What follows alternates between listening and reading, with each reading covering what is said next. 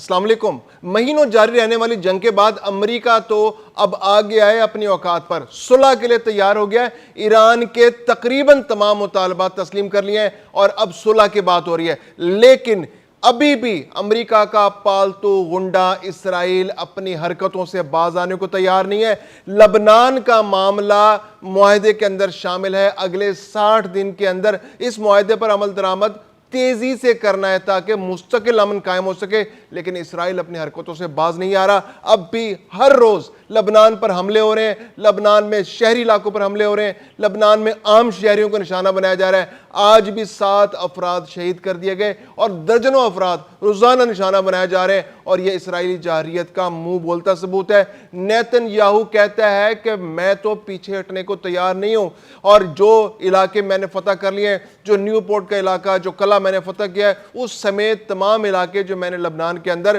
قبضہ کر لیے ہیں، ان پر مزید قبضہ جمانا چاہتا ہوں۔ دوسری جانب حزب اللہ کے جو نعیم قاسم ہیں، جو سربراہ ہیں، انہوں نے اسے آئینہ دکھایا نیتن یاہو کو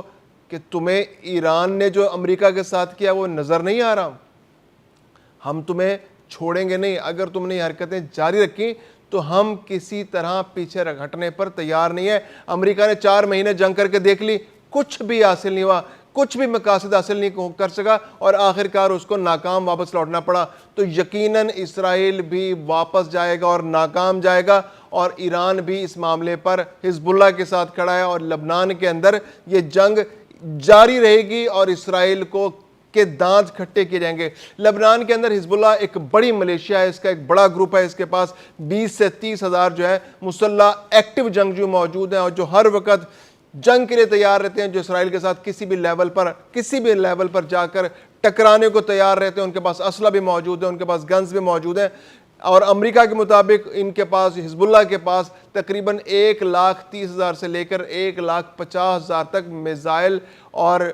میزائل موجود ہے، راکٹ موجود ہیں، جو اسرائیل پر تباہی مچانے کی پوری صلاحیت رکھتے ہیں۔ اور جب بھی اسرائیل حملہ کرتا ہے تو جوابی کارروائی حزب اللہ کی جانب سے پوری طاقت کے ساتھ کی جاتی ہے۔ جو بھی استعداد ہے، اس کی جو صلاحیت ہے، اس پوری صلاحیت کا استعمال کیا جاتا ہے، اور اسرائیل کو ہر ممکن نقصان پہنچایا جاتا ہے۔ اور روزانہ جب بھی حملہ ہوتا ہے تو جواب میں اسرائیل میں بھی سائرن بجتے ہیں، اسرائیل میں بھی لوگوں کو خندقوں میں پناہ لینی پڑتی ہے، تہہ خانوں میں پناہ لینی پڑتی ہے، سکول بند ہو جاتے ہیں، ٹریفک بند ہو جاتی ہے، اور حزب اللہ کی کارروائیاں جو ہے وہ جاری رہتی ہیں۔ اب سوال یہ پیدا ہوتا ہے کہ جب ایران سے امریکہ واپس جا رہا ہے تو اسرائیل کیوں اپنی حرکتوں سے باز نہیں آ رہا؟ اسرائیل کیوں جنگ بندی نہیں کر رہا؟ اسرائیل کیوں اس معاملے کو روک رہا ہے؟ تو جو اسرائیل کا موقف جو ہے وہ اس بارے میں یہ ہے کہ چونکہ ایران کا بہت زیادہ اثر و رسوخ ہے یہاں پر حزب اللہ میں، اور یہاں پر حزب اللہ جو ہے اس کے اشاروں پر چلتی ہے، تو ایران کے ساتھ چونکہ تعلقات اسرائیل کے خراب ہیں تو حزب اللہ کے ساتھ اس کے تعلقات سدھرتے دکھائی نہیں دے رہے۔ اس کے علاوہ اسرائیل کا یہ بھی کہنا ہے کہ وہاں پر جو لبنان کے اندر جو وہاں کی گورنمنٹ ہے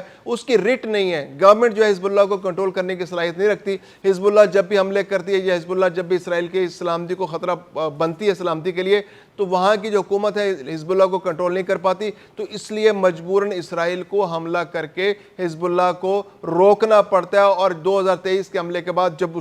اسرائیل نے ایک موقف اپنایا ہے کہ چونکہ ہم پر حماس نے حملہ کیا تھا، جو سراسر جھوٹ کی مبنی ایک پوری کہانی بنائی گئی، اس کے اندر نقصانات کو بھی بڑھا چڑھا کر بیان کیا گیا، ایک بہت چھوٹے سے حملے کو اتنا بڑا حملہ قرار دیا گیا کہ جس کے اندر 1,500 یہودی مارے گئے، جس کے اندر 1,500 جو اسرائیلی شہری مارے گئے۔ تو یہ ایک ایسی کہانی بنائی گئی، اس کہانی کو بنیاد بنا کر اب اسرائیل لبنان کے اندر بھی حملے کر رہا ہے، اور وہ کہہ رہا ہے جی ہمیں پریمپٹیو اٹیک کرنے کی ہم استعمال کریں گے، آپشن استعمال کریں گے، کیونکہ ہم پر کبھی بھی حملہ کیا جا سکتا ہے۔ اب اس میں اس ساری صورتحال کے اندر جو سب سے بڑی چیز سامنے آ رہی ہے، جو نیتن یاہو کہہ رہا ہے، وہ یہ کہہ رہا ہے کہ ہم سیکیورٹی زون بنائیں گے، یعنی کہ لبنان اور اسرائیل کے درمیان جو سرحد ملتی ہے اس سرحد پر ایک سیکیورٹی زون بنایا جائے گا، تاکہ اسرائیل اور لبنان کی جو سرحد ہے اس کے درمیان ایک زون بن جائے جس پر دونوں جانب سے فوجیں داخل نہ ہو سکیں، اور جب بھی اسرائیل پر لبنان حملہ کرنے کی کوشش کرے تو ایک طویل فاصلہ ہو جو اس کو عبور کرنا پڑے۔ یہ سیکیورٹی زون لبنان کے حدود کے اندر بنانے کی اسرائیل کوشش کرے،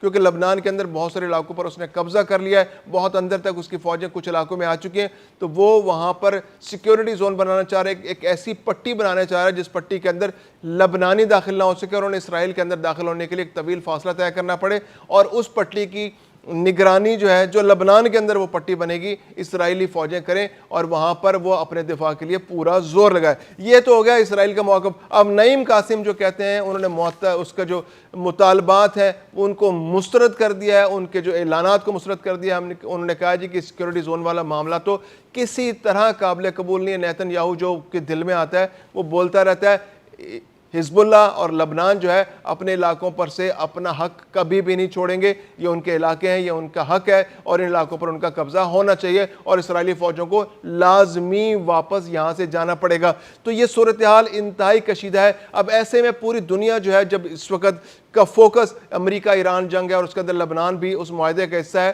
تو اب امید یہ کی جا رہی ہے کہ آنے والے چند دنوں کے اندر اسرائیل اور لبنان کو مجبور کیا جائے گا کہ وہ جنگ روک دے. لبنان تو obviously بہت زیادہ اس جنگ کے اندر نہیں, جارحیت اسرائیل کی جانب سے ہوتی ہے, حملے اسرائیل کی جانب سے کیے جاتے ہیں. تو اس وقت اس ڈی کنفلیکشن سیل جو ہے اس کو ایکٹیو کرنے کی کوشش کی جا رہی ہے. ڈی کنفلیکشن سیل جو ہے وہ یہ ہے کہ ایک انٹرنیشنل عالمی قوتیں اور لبنان اور اسرائیل کی فوجوں کے ساتھ مل کر ایک ایسا پلیٹ فارم, ایک ایسا سیل بنایا جائے کہ جو ان کو مجبور کرے کہ وہ اس جنگ کو روک دیں اور اس جنگ کو آگے نہ بڑھایا جائے. تو اس کا جو مینیفیسٹو ہے, اس کا جو مینڈیٹ ہے وہ یہ ہے کہ جنگ بندی کی نگرانی کی جا سکے, اس کے علاوہ فوری رابطہ کاری ممکن ہو, غلط اطلاعات یا حادثاتی حملوں سے بچا جا سکے اور فریقین کے درمیان پیغامات کا تبادلہ ہو سکے. اب اسرائیل اور حزب اللہ کے درمیان دشمنی اتنی زیادہ ہے, دونوں چونکہ مخالف قوتیں اور حالت جنگ میں, تو ان کے درمیان سفارتی رابطے نہیں ہیں اور ایک دوسرے کے درمیان فوجی سطح پر بھی رابطہ نہیں ہے. تو ایسے میں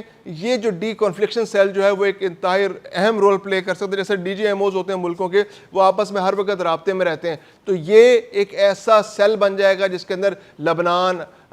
کی فورسز بھی شامل ہو سکتی ہیں, اسرائیلی فورسز بھی شامل ہو سکتی ہیں, حزب اللہ کے نمائندے بھی شامل ہو سکتے ہیں. اس کے علاوہ اس کے اندر کچھ ثالث ملک جو ہیں وہ بھی شامل ہو سکتے ہیں. یو این فورسز جو لبنان کے اندر موجود ہیں ان کا نمائندہ شامل ہو سکتا ہے, امریکہ اور فرانس کی نمائندگی ہو سکتی ہے. یہ ڈی کنفلیکشن سیل جب ایکٹیو ہوگا تو ڈی کنفلیکشن سیل کے ایکٹیو ہونے سے جو خانہ جنگی کی صورتحال ہے, جو حادثاتی حملے اس وقت ہو رہے ہیں, جو میسیجز پہلے سے کمیونیکیٹ ہو چکے ہیں اسرائیل کی جانب سے کہ لبنان کے اس حملے پر, علاقے پر حملہ کیا جائے, تو ان کی روک تھام کی کوشش کی جا سکتی ہے. پھر سرحدوں کی مؤثر نگرانی ہو سکتی ہے کہ سرحدوں پر کس طرح سے اسرائیل کی جانب سے جارحیت کی جا رہی ہے, کیونکہ حزب اللہ کی جانب سے جتنے بھی حملے کیے جا رہے ہیں وہ اپنے دفاع میں کیے جا رہے ہیں. اسرائیل کی جانب سے مسلسل جارحیت ہو رہی ہے, اسرائیل کی جانب سے مسلسل حملے ہو رہے ہیں, اسرائیل کی جانب سے مسلسل معصوم شہریوں کو نشانہ بنایا جا رہا ہے, اسرائیل کی جانب سے مسلسل فوجوں کو علاقے میں, اس لبنان کے علاقے میں داخل کیا جا رہا ہے, مختلف علاقوں پر قبضے کیے جا رہے ہیں. بہانہ یہ بنایا جا رہا ہے کہ حزب اللہ جو ہے اس کے پاس اسلحہ موجود ہے, حزب اللہ کے پاس مسلح لوگ موجود ہیں,